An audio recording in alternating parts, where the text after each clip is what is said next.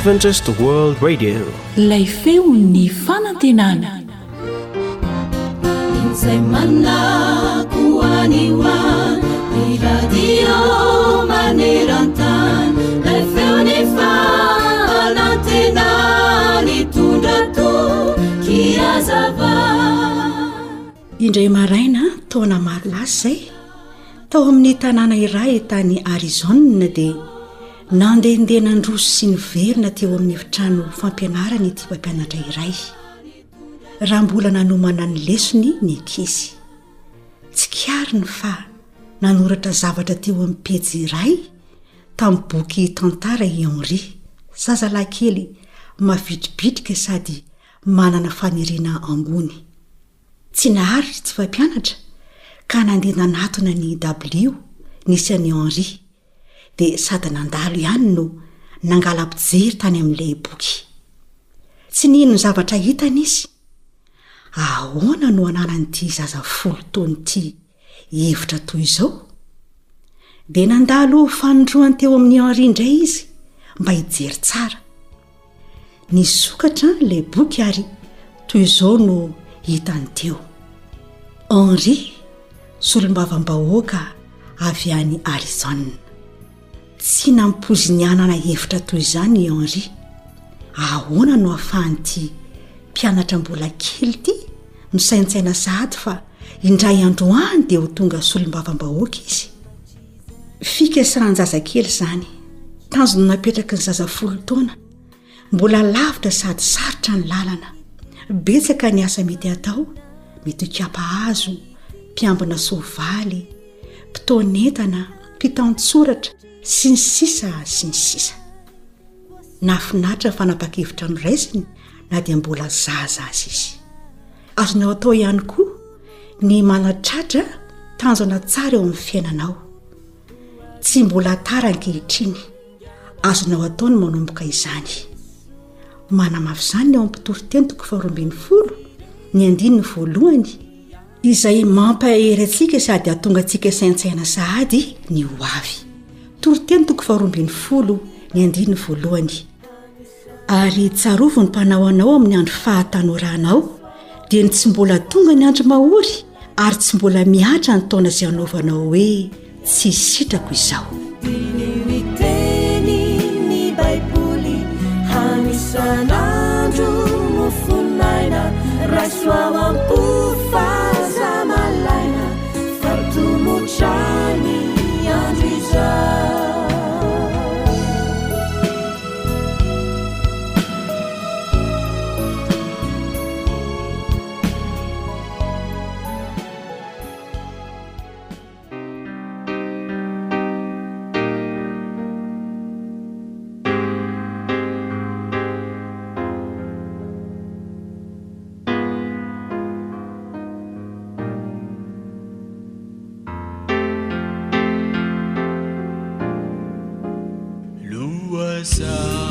Hondanuma sunuvaki mazima zinasa dimideza kutantanuriai zanidiku família e tu fez a feza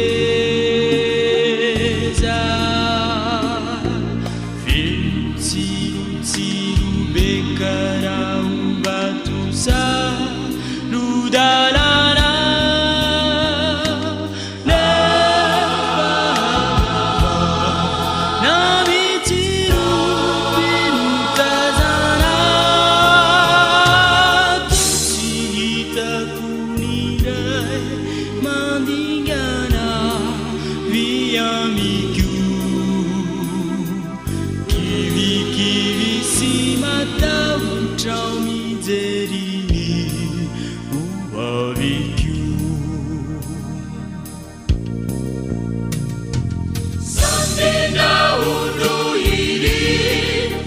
Tantana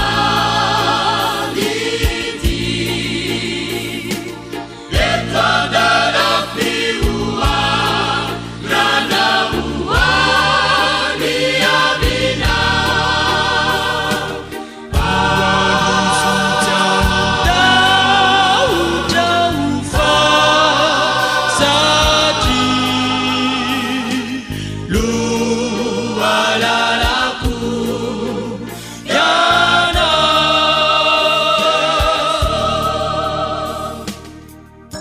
antokopihira lova miampita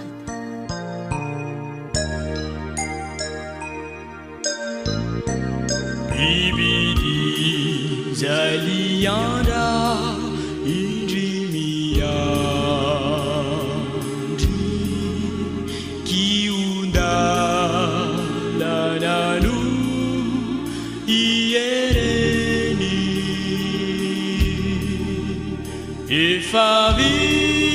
efavizanave itizandry bitarawaminao umbieny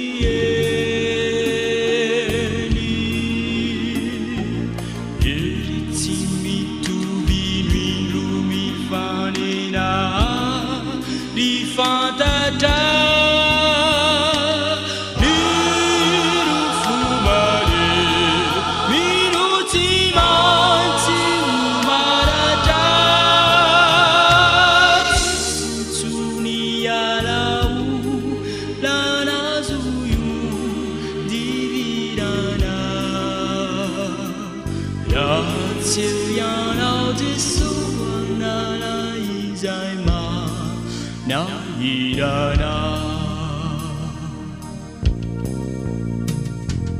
Santina unuiri kuitantana iti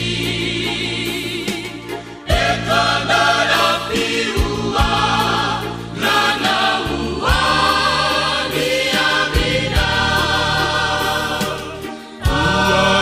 uanusutamita utraufa sati loalalako yana zay lay onjany fanantenana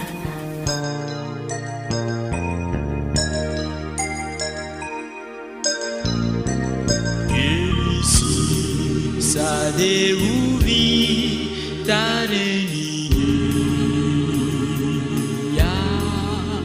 nefama kiamahe riniyadi kahilu fikave sanatria imana kiure sidiafadi bila heri miamitumbu isanalua diamina rize sositu uzukiti azatimana weuita kwazua tukasita idirizao euawiturusiande simba uvu ninaitrao Santina unuiri kuitantana iti ekandara piua rana ua niamina uanusutamita utraufa sati loalalako yana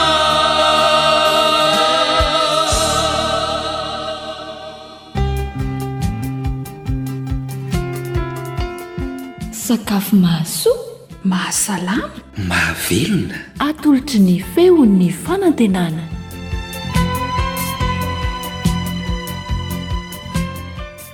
ny onjam-peon'ny feon'ny fanantenana ihany zao renesinao zao miaraka amin'ny fanjaniaina n'olotra amin'ny fomba fikarakarana sakafo iray ho anao eto miaraka amin'ny Samuel isahana ny lafin'ny teknika. Minofinaritra ary sonambo na firapay atao karepoka, izay indray no sakafo karakaraintsika eto.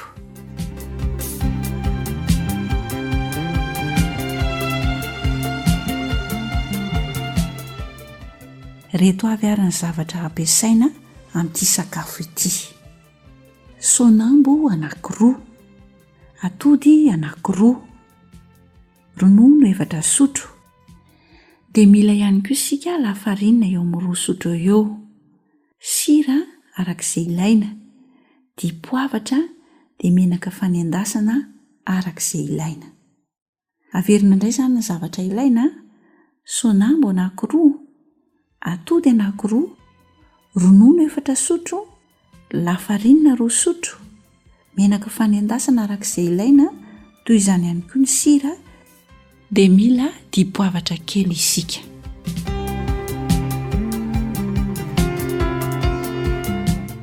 Rehefa avonina ny zavatra rehetra dia ndao iroso amin'ny fikarakarana indray ary isika. Voalohany indrindra dia andrahoina ny rano misy sira aloha ny sonambo na ny firapay.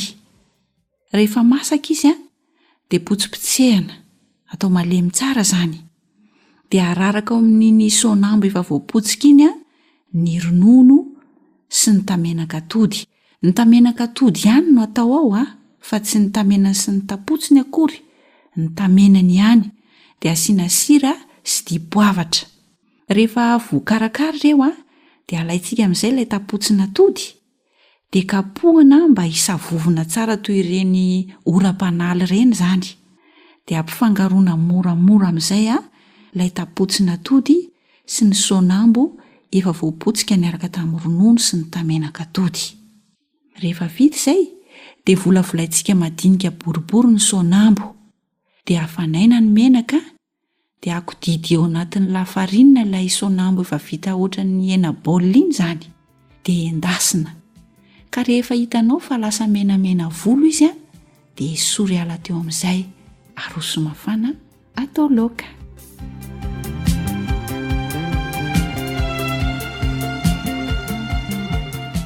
Aleo averina indray ny fomba fikarakarana ary. Tsotra dia tsotra ny fikarakarana ny sonambo karepoka na ny firapay hoy isika. Andrahoina amin'ny rano misy sira ny sonambo, andrahoina ho masaka izany. Dia rehefa masaka izy dia potsipotserina mba halemy tsara. Dia araraka ao anatin'iny sonambo efa voapotsitra iny ny ronono 4 sotro. Dia alaitsika ny atody anankiroa, dia sarahana ny tamenany sy ny tapotsiny, ka ny tamenany no afangaro tamin'ilay sonambo voapotsitra nisy ronono, dia asiantsika sira sy dipoavatra. Rehefa vita izay dia alaitsika ny tapotsiny atody, dia kapohana mba hisavovona tsara toy ireny lasa ohatran'ny oram-panaly ireny, dia avy eo ampifangaroana moramora tamin'ilay sonambo nokarakaraina teo aloha. Volavolaina madinika hanana endrika boribory ny sonambo, dia akodidy eo anatin'ny lafarinina, izay izany ny ilanan'ilay lafarinina 2 sotro. Rehefa mafana ny menaka dia endasina amin'izay ny sonambo, ka rehefa hitanao fa menamena volo izy dia aroso mafana.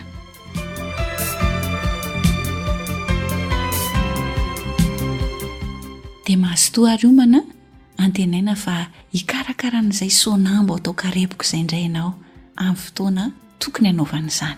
Mandra-peo nareo.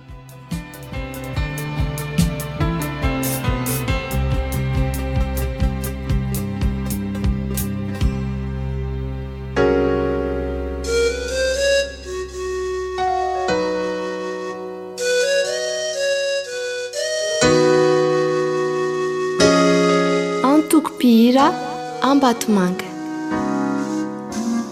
Eo ampelatanana toko no apetrako izay, ny fiainako irako na tsy mendriko anao. efa fantatra miamiko tsy miafina mina na mipetraka teitana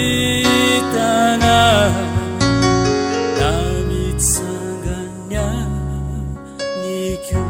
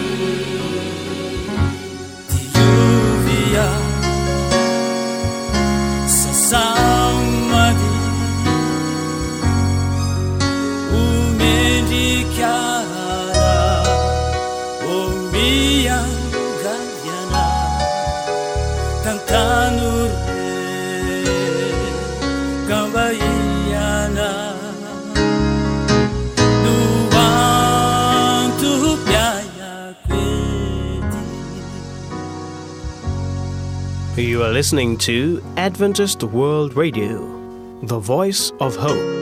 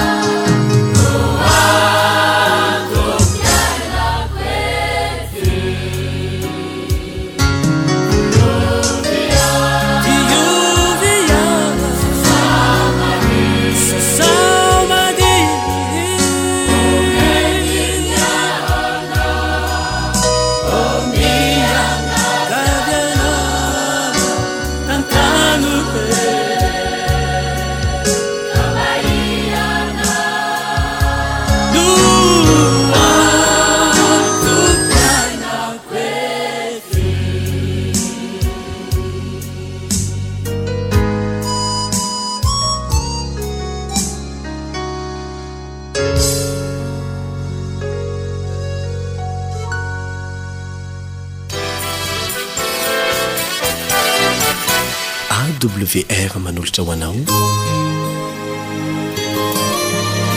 feon'ny fonantena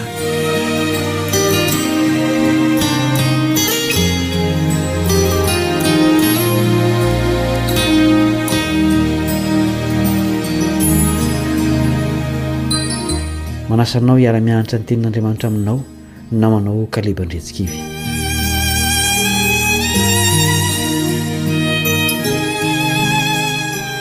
Efatra amin'ny elabe no isin'ny aretina tsy sitrapanafody teto amin'ity planeta misy antsika ity. Tsy dia hoe tsy misy fanantenana intsony akory reny aretiny ireny satria misy tokoa maharary sitrana amin'ny fomba mahagaga tahaka ny vehivavy iray voatantara ao amin'ny Baiboly. nikasika ny fitafiany Jesosy fotsiny ty vehivavy narary ity dia sitrana. Andeha akalesona avy amin'ny fihetsika nataony sika fa hivavaka isika alohan'izany. Rainay izay ny an-danitro dia rainay ny anaranao satria nanome mpamonjy sy mpanasitrana ianao dia Jesosy Kristy. Andalina ny amin'ny nanasitrana ny vehivavy efa tsy sitrapanafody izahay koa ampafantaro anay avy amin'izany tantara izany izay tokony ataonay satria te ho sitrana koa izahay. Amin'ny anaran'i Jesosy, amen. Tsy fanoharana tsy akory ty zava-niseho resantsika ity fa tena tantara marina. Vehivavy narary efa 10 taona mahery tsy sitrapanafody fa vao mainka koa aza narary. Samy tantara azy ny evanjelista 3 lahy dia Matthieu, Marka ary Luka. Andiovaka itsika ny fitantarany Marka. Marka 5 andiny faraka amby 20 ka hatramin'ny 430.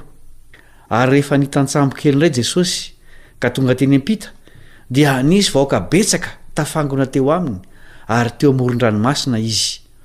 Dia avy ny anankiray tamin'ny mpanapaka ny sinagoga, Jairo no anarany. Ary rehefa nitan'i Jesosy izy dia niankoka teo amin'ny tongony ka niangafatratra taminy hoe maharary fo faty ny zanako vavy kely, andeha re mametraha ny tananao aminy mba ho sitrana izy ka ho velona. Dia nandeha niaraka taminy izy ary nisy vahoaka betsaka nanaraka azy ka nifanety taminy. Ary nisy vehivavy anankiray izay efa naharary 12 taona sady efa niaritra zavatra be tamin'ny mpanao fanafody maro ka nandany ny fananany rehetra nefa tsy nety sitrana fa vao mainka nianaharary kokoa aza. Koa rehefa nandriny amin'i Jesosy izy dia nakeo ivoany namaky ny vahoaka ary nanendry ny lambany fa hoy izy na dia ny fitafiany ihany aza ny voatendriko dia ho sitrana. Ary niaraka tamin'izay dia ritra ny loharanina retiny ka tsaroany tao amin'ny tenany fa sitrana izy. Ary niaraka tamin'izay dia fantatry Jesosy fa nisy hery niala taminy dia niodina teo afovoan'ny vahoaka izy ka nanao hoe iza izany nanendry ny lambako izany?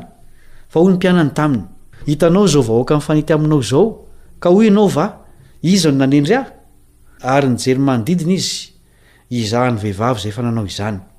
Fa raiky tahotra sady tora-kovitra raha vehivavy satria fantany izay natao taminy ka dia nankeo aminy izy ka niankoka teo anatrehany ary nanambara taminy marina rehetra. Ary izy taminy, anaka ny finoanao no nahasitrana anao, mandehana soamantsara ary sitrana amin'ny aretinao. Misy fahasamihafana kely amin'ny fitantaran'ny Matthieu sy Luka ny an'ny Marka. Milaza tsotra fotsiny izy roa lahy fa nisy vehivavy narary 12 taona nikasika ny fitafian'i Jesosy. Hoy ny Matthieu 7:20.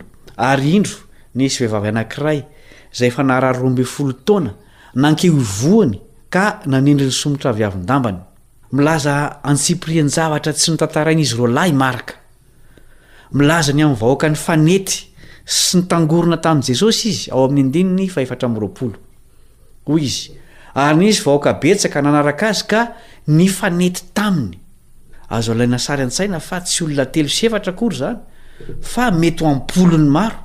Sakanao an'ity vehivavy naharary tsy sitrapanafody ity izany toe-javatra izany. Sady vehivavy izy no marary ary azo heverina fa anisan'ny olon-tsotra ihany. Ambonin'izany dia voadidina vahoaka Jesosy. Azo antoka fa mba naniriny eo anatan'i Jesosy izy sy mba hositraniny amin'ny fomba ara-dalàna. No ireo sakanareo nefa dia ity vehivavy mahery fo ity no namorona ny fanasitranana azy. Rehefa avy namaky ny vahoaka izy dia notendreny ny lamban'i Jesosy. 7:20 sy 7:20. Vokatr' izany dia sitrana tanteraka izy. Amin'ny ankapobeny dia ny mpitsabo no mikasika ny marary. Ary izany koa ny fanaon'i Jesosy. Nefa eto dia ilay marary indray no nikasika ny mpitsabo. Mila herim-po sy fahasahiana ny famonjena. Tsy ny lamban'i Jesosy izay zavaboary akory no manana hery manasitrana fa ny finoana nananan'ilay marary no nahatonga azy ho sitrana. Ny asa zany finoana izany satria na dia marary azy izy dia mbola nahavita namaky ny vahoaka ary nikasika ny lamban'i Jesosy. Nionina tamin'ny fikasiana ny lamba tamin'ny finoana izy satria ny fanety loatra ny olona. Nositran'i Jesosy no ny finoana ity marary ity fa tsy hoe nositran'ny lamban'i Jesosy. Raha ny lamba mantsy no manasitrana dia afaka manasitrana sy azahoana fitahina ny zavatra hafa momba an' jesosy toy izay heverin'ny olona sasany hoe lamba ny finosany na ampahany tamin'ny azo fijaliany sy ny sisa. Jesosy rery ihany ny mpanasitrana sy mpamonjy fa zavaboary ny sisa rehetra. Tranga manokana ny an'ity vehivavy ity ka tsy azo anorenana fotomponoana. Marary ve ianao aretina ara-nofo, ara-panahy, ara-piarahamonina, areti-pahotana ka sio ny akanjo-pahamarinan'i Jesosy. Izy mihitsy ny dikan'izany. Manatona azy mivantana fa tsy misy vahoaka mifanety eo aminy. Azonao atonona amin'ny fotoana rehetra izy. Malalaka ny lalana makeo aminy ary azo antsoina amin'ny fotoana rehetra izy. Tsy misy zavatra na olona ny tendreny ho mpanelanelana aminy sy aminao. Mety ho lasandriamanikafa manko ireny zavaboary ireny ka mety hisolo ny toeran'ny mpamonjy. Mazava ny teniny manao hoe aza manana andriamanikafa fa izaho ihany. Eksodosy 20:7. Tsy niandry fanasitrana nyity vehivavy ity fa nanapa-kevitra ny hositrana satria nanatona ny loharanon'ny fiainana izy dia Jesosy. Ny aretina tsy sitrapanafody izay mahazo antsika rehetra dia ny fahotana. Soa ihany fa manana ny fanafodin'izany Jesosy izay mifona ho antsika any an-danitra. Tsy aretina ara-nofo ny mety averentsika fa io aretina ara-panahy io. Tena sitrana antsika alohan'ny niverenany Jesosy. Miantso asy ianao izy, hiatoraka eo aminy, hiaiky sy bebaka amin'izany aretina mahafaty izany. Mazava ny asa ataony any an-danitra. Hoy ny Hebreo 7:5.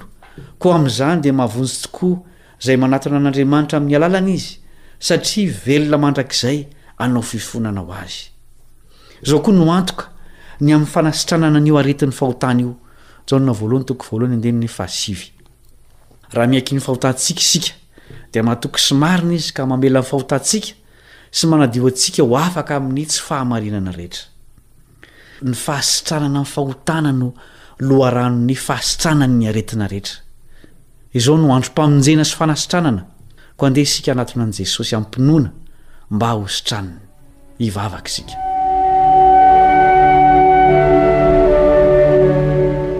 Jesosy io ampio izahay ahita fa tena marary ny fahotana ka mila fanasitranana.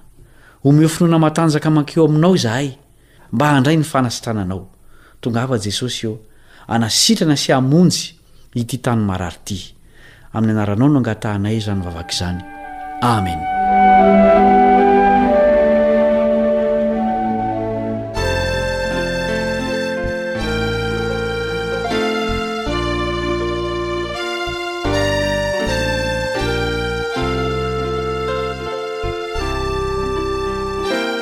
Harlanto.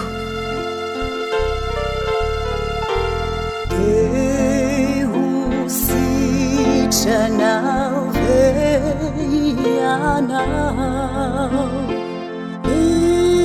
ipamunzi miteni aminao tehusichanao veyanao manatunaziza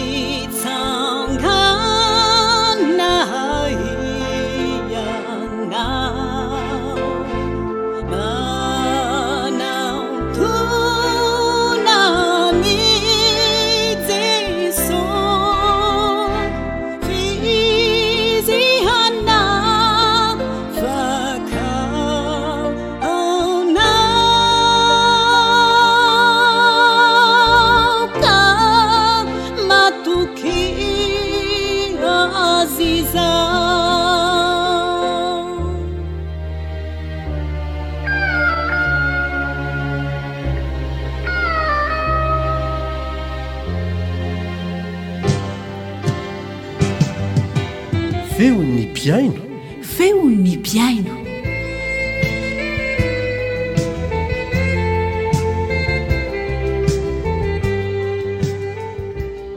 fifaliana ho an'ny onjam-peon'ny feon'ny fanantenana trany ny miaraka aminao izay feokira famantaran'izay no anasana ianao anaraka fijoroana vavolombelona iray ataon'ny pasteur Rasafy Mahazo Daniel ampatsiahantsika sy anambara amintsika ny herin'io Andriamanitra be fitiavana any an-danitra io izay mifesy sy tompon'ny fahefana rehetra any an-danitra sy ety an-tany Andriamanitra mpanjaka sy be voninahitra nefa mpamonjy sy mpanafaka ary be famindrampo ihany koa manasanao ary anaraka ny fijoroana vavolombelona teo amin'ny micro-ny namana Rila Pasteur Rasafy Mahazo Daniel miandraikitra ny distrikany Ambombeandroy amin'ity distrikany Ambombeandroy ity moa zany efa misy fiangonana 7 amin'izao ny ndraketako ary ny fahasivy io vao nisokafana tantaraina amintsika zao ny zavatra nitrangatany tondra tanoratany zany tenako sy ny chef telo efatra zany zay niandraikitra ny tanora tamin'ny toerana io le toerana zany Emaroalo Poti 20 kilometatra miala veto Ambombeandroy dia nisy toe-javatra zany izay tamin'ny voalohany azo atao hoe nampatahotra satria rehefa nresaka amin'ny tovovavy anankiray vao 20 taona ny tenako dia hoy izy tamiko hoe be devolobia pasteur dia lina za hoe devolonina koa zany n'olona rehetra samy iasany devolany ny anahy zafahafa hafahafa manao akory isaky ny bevoka zany izy tsy tian'le devoly zany toe-jazy dia ny zava-misy zany dia zao zaho izy mitady pasteur zay vavaka ho aho dia hoy izy taminy hoe vonina veanao ivavahana any aminareo andro alahady tamin'izay fotoan'izay alahady faha-efatra ambin'ny folo ny volana aogositra dia nitolakandro ny tamin'ny roa sasany mitondra tanora anankiroa roa vavy miaraka tamiko satria mandeha tsy telotelo zay tany zany dia rehefa tonga tao nanotaniko ndeha mandeha le tovavy dia izy io ve isaky ny inona ny mihetsika hoy izy rehefa teseho izy miseho ka natomboka anay tamin'ny hira fiderana amin'ny firana ny fotoana dia rehefa nanomboka ny hira zahay nihetsiketsika le devoly ao aminy zany hoe ho anahy efa tany amin'ny faritry ny mahajanga sala mitromba reny izy rehefa iseho zany nihetsiketsika le tovavy dia natao amin'izay ny vavaka mandohalika rehefa nikipy zahay avy dia torana zany lay tovavy dia izy torana io dia nitsipatsipaka mivadibadika eraky ny trano dia voatery ny tenako sy ny tanora vavy anankiray nitazona azy za mitany tanana anankiroa le tovavy ziany araka amiko ny tanany tongony anankiroa sady mivavaka zay no mihira. Zao nefa rehefa atao ny hira de mijanona kely izy. De rehefa navela amizay ny tanany, petraka zany le tovavy. Ka izy io nataony zany ny fomba hahatongahy ho variana zany, avy de kendainy le vozoko. Isaky ny vozoko mihitsy ma zany fa noho ny fiasan'ny Jesosy dia ty akanjo ty ny azo. De rehefa nanao iny izy dia norotarotany manontolo ny akanjo lezia fotsy tam'izay fotoana zay. De zao zaho mamatoky an'i Jesosy na de natahotra ihany tamin'ny voalohany sady mivavaka zahay no mihira. Rehefa atao ny vavaka dia zavatra nitranga de zao tony ndray koa izy. Izy avelanay ny hira, avela ny vavaka avotsy ny tanany de mipetraka izy. De rehefa mipetraka izy de mifanatrika zahay roa, le vehivavy misy devoly. De rehefa mifanatrika zahay, zaho tsy nahalala koa amin'io, kay zany zaho ihany no tia novonoina. Avy de kenday ny tendako, dia samoriny amin'ny akanjo, rovity ny akanjo.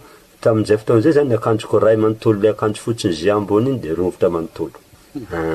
Anatin'ny adiny ray zahay amin'ny roa sasany tamin'ny telo sasany niady amin'ny teo, tony izy. De rehefa tony izy de niteny zaho moa tamin'ny olona hoe andeha hisolo akanjo aho, asako ny fianakaviany zany. De vory daholo ny fianakaviany feno trano. Ka io fianakaviany io tsy sahy mikasikasy isaky miseho zavatra eo aminy satria zay foana ny ataony. Ka tamin'ity ndray mandeha ty zany moa zany, satria zaho nangataka vavaka tamin'Andriamanitra. De zao zavatra misy zany de nisolo akanjo zany zaho, satria fa rovotra le teo. De nitondra tanora. De rehefa aveo nivavaka zay tany zany. De rehefa tonga tao ndray mandeha zany, natao ndray ny fotoana fivavahana. Firy ny tanora niaraka tamin'ny pastora tamin'izay? Tao fanindroany, tanora lahy 4 niaraka tamiko. Miaraka amin'le tovavy anankiray fa niaraka amiko. Zany hoe roa moa izy tamin'ny voalohany fa kely le anankiray explo natahotra izy. De tsy nandeha niverina tany tsony le ankizy. De rehefa tonga tany fanindroany zahay, natao ndray ny hira. De mitovy tamin'ny voalohany zany le zavatra misy, avy de torana aloha izy rehefa idiran'le devoly. De izy torana iny vadibadika irany trano, tamin'ny voalohany roa ihany zahay nitazona azy zaho mitanany tanany, le tovavy mitanany tongony nahatazona. Tamin'ity ndray mandeha ty nefa le tanora efa daha nentiko reo tsy nahatazona azy tsony. Satria miola tena miola araka zay atao izy. Fa nisorako an'Andriamanitra rehefa mivavaka amin'Andriamanitra mangataka ny herin'i Jesosy, zaho rery ihany mahatazona ny tanany. De rehefa tsapako ndray le izy hoe mila hipetraka, de avelako mipetraka. De zaho amin'io zany matoky tsy matoky tena. Satria efa nifeoziny zaho ndroa tamin'ny voalohany.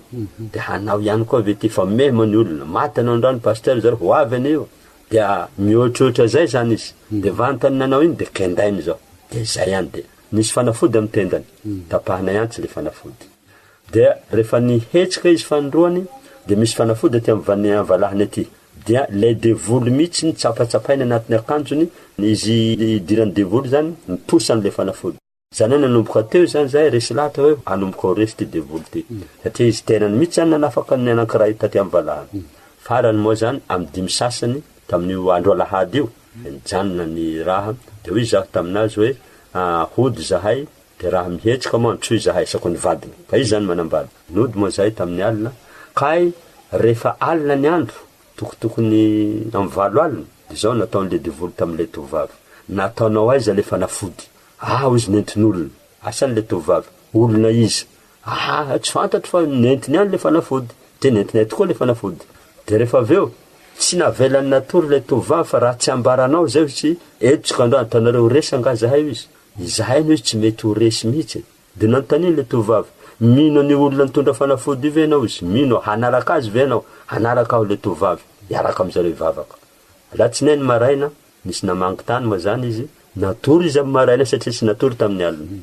De voatery tolakandro amin'ny roa zahay niverina ndray latsinainy taorinan'iny. De rehefa tonga tany zahay latsinainy tolakandro amin'ny roa, de atao koa le fanimpom-pivavahana. Mbola nitranga ihany le toe-javatra, torana izy safotra io ny maha olombelona azy zany miala. Fa le herin'ny devoly miasa ao anatiny ao.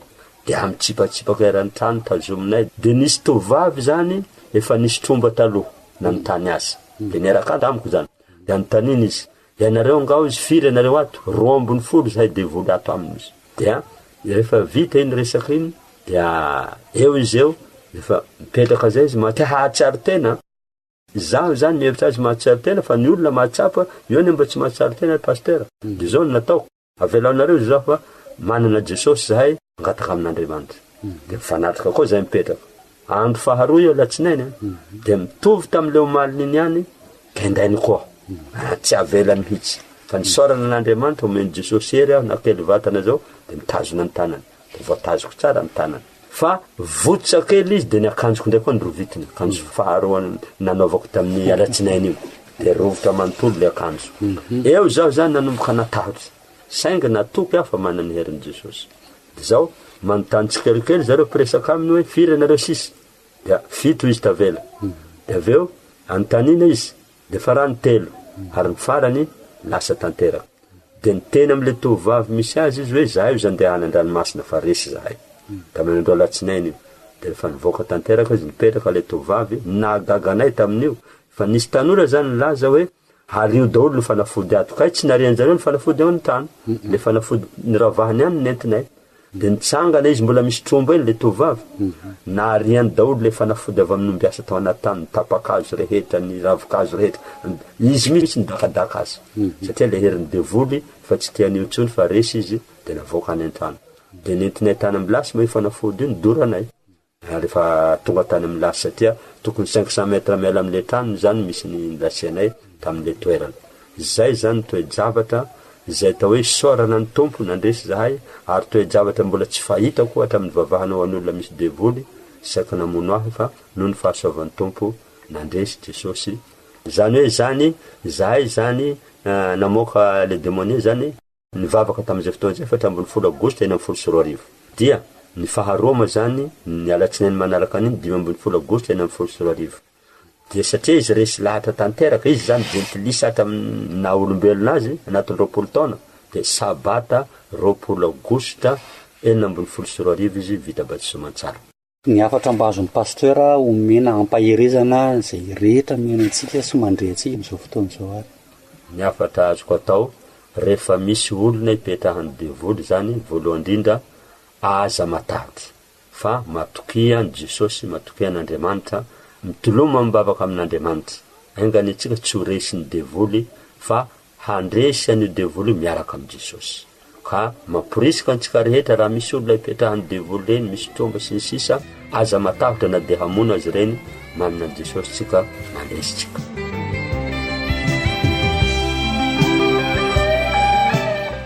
dia isoranay ianao pasteur Razafy Mahazo Daniel nitondra izany fijoroana vavolombelona izany ho an'ny mpiaino antsika antenaina fa nampitsiry sy nampitombo ny finoana sy fanantenana tao anatintsika tao ny fanarahana izany teto raha misy amintsika mpiaino moa maniry hitondra izara fijoroana vavolombelona mba hampaherezana ny mpiaino namantsika dia raisinay an-tanandroa eto amin'ny onjam-peo ny feon'ny fanantenana izany ireto ary ny fomba hafahanao mifandray aminay azonao atao ny miantso anay mivantana amin'ity laharana telefônina ity 034 06 797 62 034 06 797 62 azonao atao koa mifandray aminay amin'ny alalan'ny mailaka na ny email amin'izao adresy izao awrmalagasy@gmail.com awrmalagasy@gmail.com azonao atao koa mifandray aminay amin'ny alalan'ny Facebook AWR Malagasy.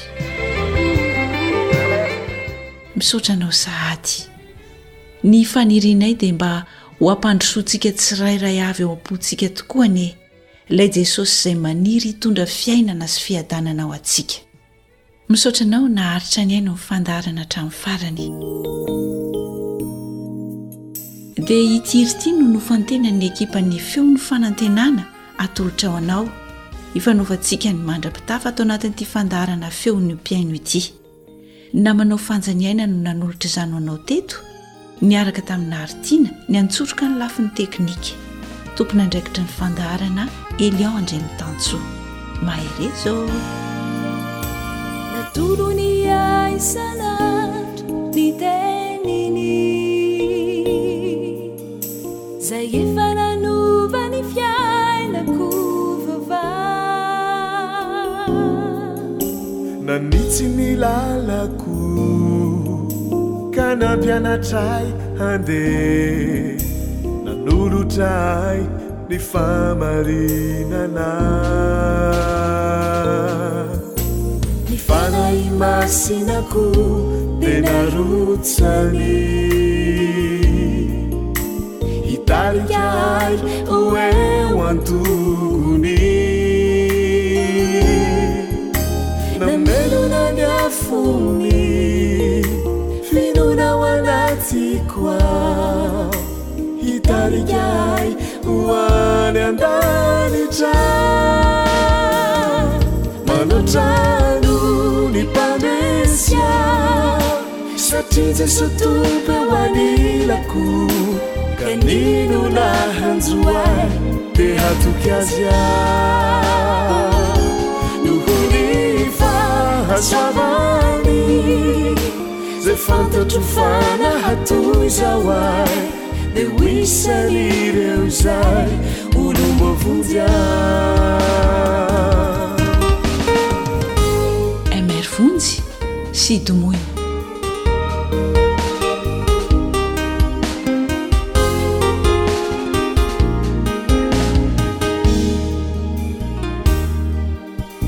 ny fanahy masinako de narotsany hitarikay hoeo antogony namelona ny afony finonao anatikoa hitarikay hoany andanitra manotrano ny mpamesya satria jeso tompo eo anilako kanino nahanjoay de hatoky azy nohony fahasoavany zay fantatro fanahatoy zao ay de hoisan'ireo zay olombovonjy jesosy no ivombianako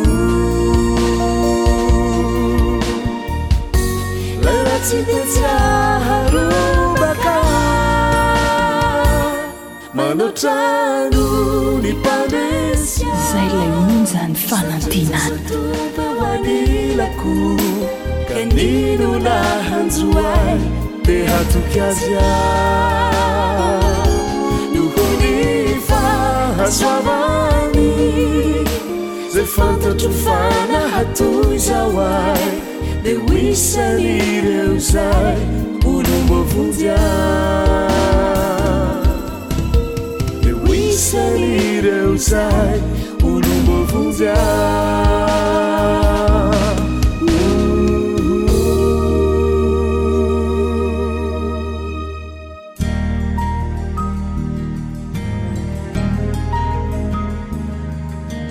faniteninao no fahamarinana taridalana manokana fianarana baiboly avoaka ny fiangonana advantista maneran-tany iarahanao amin'ny feony fanantenana sy ny departementany sekolo sabata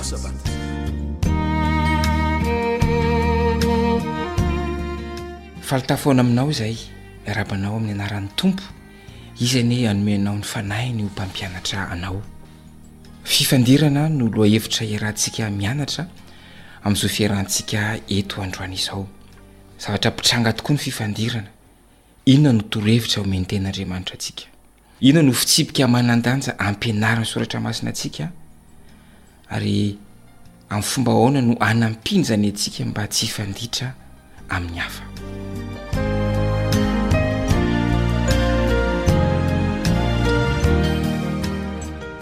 andiovaka itsika izay voalazany Matthieu 7 dia ny andinin'ny 10 Matthieu 7 ny andinin'ny 10 ry mpiatsara velatsia esory aloha ny andry eo amin'ny masonao ary amin'izay vao hitanao tsara ny any esoranao ny sompikazo eo amin'ny mason'ny ralahinao vakitsika manaraka ny oabolana 7:20 dia ny andinin'ny 1:20 oabolana 7:20 andinin'ny 1:20 aminaran'i Jesosy ny fahendren'ny olona manindry ny fahatezerany ary voninahitra ho azy ny tsy mamaly fahadisoana. Mamety horevitra endro antsika ny ten'Andriamanitra ao am-boky oabolana.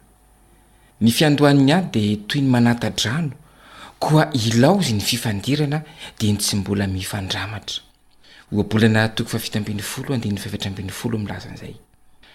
Samy mahalala isika rehetra fa sarotra ny mampijanona ny ady rehefa natomboka. Aleo zany misoroka toy izay mampijanona ny ady. Milaza amintsika ny Romanina 4:20-7:20.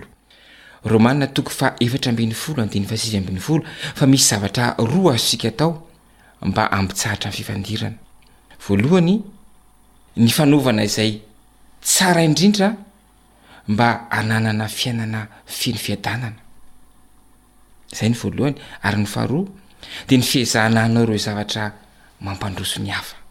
Izay zany ny fiarovana mba tsy hisin'ny fifandirana. Dia amporosiana itsika fa tokony arahantsika ireo fitsipika ireo eo amin'ny fiainantsika raha tiatsika ny aina ampiadanana miaraka amin'ny hafa. Zava-dehibe indrindra ny koa ny fankataovantsika ireo fitsipika ireo eo anivon'ny ankonantsika. Raha toa kosa indray ary ka efa tonga ilay fifandirana, efa tonga ny ady, inona no azo atao mba ampitsahatra ilay ady? Voalohany dia apetrao amin'ny tenanao izao fanontaniana izao. Diso ve misy fahadisoako ve? Raha diso ianao dia ekeo zany. Mampitony ny fon'ny olona izay tezitra aminao ny fitsoranao ny fahadisoanao.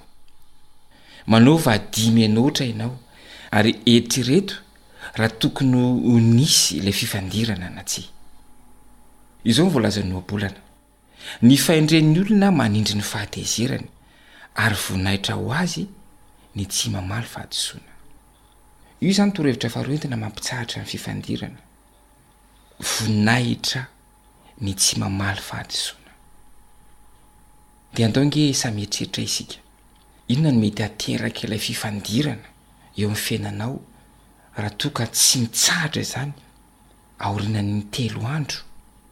Dia inona no mety ho fiantraikany raha toa ka mbola mitohy foana ny fifandirana afaka 10 na 10 taona?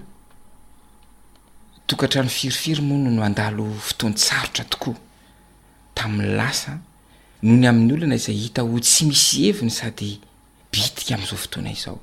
Noho izany aza vela hitarazoka ela amin'ny fifandirana.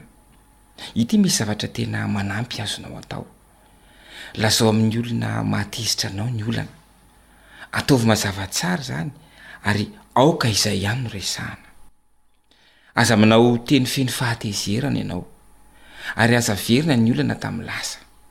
Atombohy amin'ny filazana amin'ny namanao sy ny mpiara-miasa aminao, ny zanakao na ny vadinao fa tianao izy ary mihevitra ny fifandraisanao amin'ny lalina tokoa ianao. Rehefa izay dia azonao atomboka ny resaka mikasika ilay olana. Aoka hitandrina ka tsy hampiasa ny teny hoe kanefa izay mamafa ny zavatra tsara rehetra voalazanao teo aloha. Lazao ny fihetseham-ponao ary eno avy eo izay lazain'ny hafa. Maka fotoana isainana izay voalazany. Rehefa vita izay dia samy hovonina ny haman'ny olana amin'ny fomba tsara indrindra ho an'ny rehetra ianareo. Ndengatsika ka ohatra ny fanome fotoana tamin'ny rohatra i dada sy neny teo amin'ny Brown commune. Noho ny fahasairanany nefa dia adininy eny io fotoana io ary tsy tsarony mihitsy raha tsy efa niantso dada tamin'ny rohora sasany. Lalana makeny amin'ny commune nefany mbola misy atsasakadiny. Tezitra dada satria efa najano ny programany hafa mba hamonjena io fotoana io. Inona ny tokony hitranga? Ataony andany sankilany ahoana ny soroana ny fifandirana. Voalohany izao no lazainy dada. Efa najanoko avokoa ny programako hafa rehetra. Tsy tonga ianao fa adinonao ny fotoanantsika. Tena sorena satria nanantenanao ho tonga. Raha mijanona treo ny tenin'ny dada dia azo antoka fa hiaka avetrany eny ary hanao hoe azafady fa diso aho. Tena hadinoko tokoa ny fotoanantsika. ohatra anankiray ihany zay fa marobe ny hitatsika amin'ny fiainantsika. Dia nio dia ho hitanao fa toy ny tsy nisy heviny akory ny fifandirana tamin'ny lasa. Tsapanao ve fa osa sy malemy ianao teo anatr'ireny ireny zavatra ireny. Azaki fa hoy ny tompo hoe ampoanao ny fahasoavako. Efa navela ny eloko ao tamin'ny lasa ary efa mampaherenao izy. Ifavaka isika. Rainay izy any an-danitra misaotra noho ny teninao, misaotra noho ny anatrao. Mangataka aminao zahay. Mamela ny elokay ary ovay ny fonay. Omeo ny fahalemem-panahy izay anananao zahay. Dia misaotra anao mamaly izany vavaka asandratra izany amin'ny anaran'i Jesosy. Amen.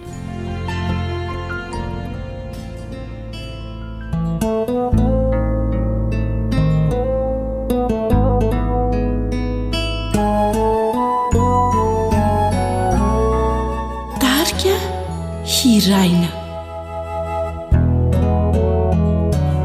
Injao fari indray mandona ao ampokolalina lay feony tompo miangavy mora ombavoay ny fonaoa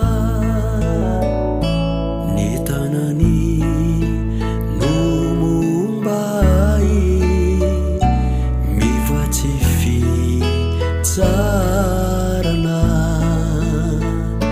dia injao fare koa mampanay mameno ay ny fiada zay lay onjany fanantenana ny angatakandro indray tsy lakio fa mamiyay ny anilana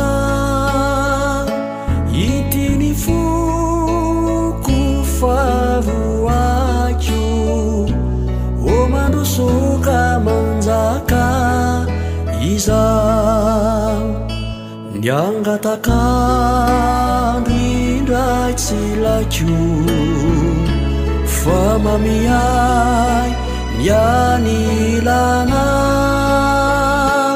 itiny foko favoakio o mandrosoka manjaka iza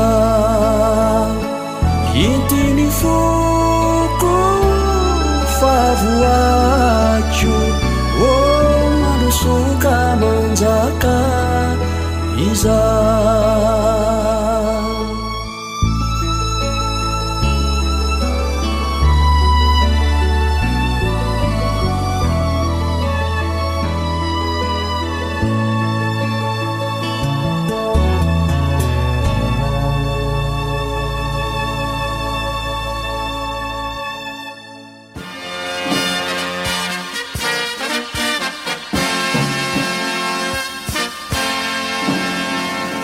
Adventist World Radio, the voice of hope. Tapitra treto ny fiarahanao tamin'ny radio feony fanantenana na ny AWR. Azonao ataony mamerina miaino na maka maimaim-poana ny fandaharana anarahanao teo amin'ny fotoana rehetra ilanao azy. Raisoary ny adresy ahafahanao manao izany. www.awr.org. Mandrapitafindray ary.